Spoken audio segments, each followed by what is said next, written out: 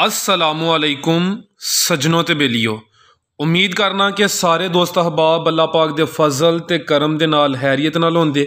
माशाअल्लाह जी, ये जिहड़ी सामने झोटी नज़र आ रही है पहलन झोटी है, 4.5 महीने की गब्बन है, पहला सूआ ने सुना है। तो माशाअल्लाह जी एक प्यारे दोस्त ने उन्होंने दे घर है मौजूद है, ज़िला सियालकोट है, तहसील पसरूर है।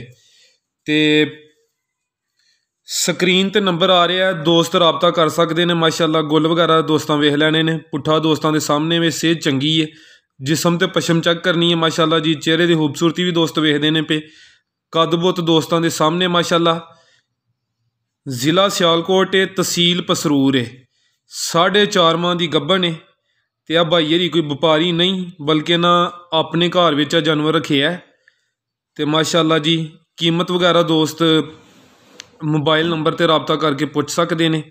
इंशाअल्लाह भाई की कोशिश है कि जायज़ मुनासब जड़ा ना ये सेल करनी है।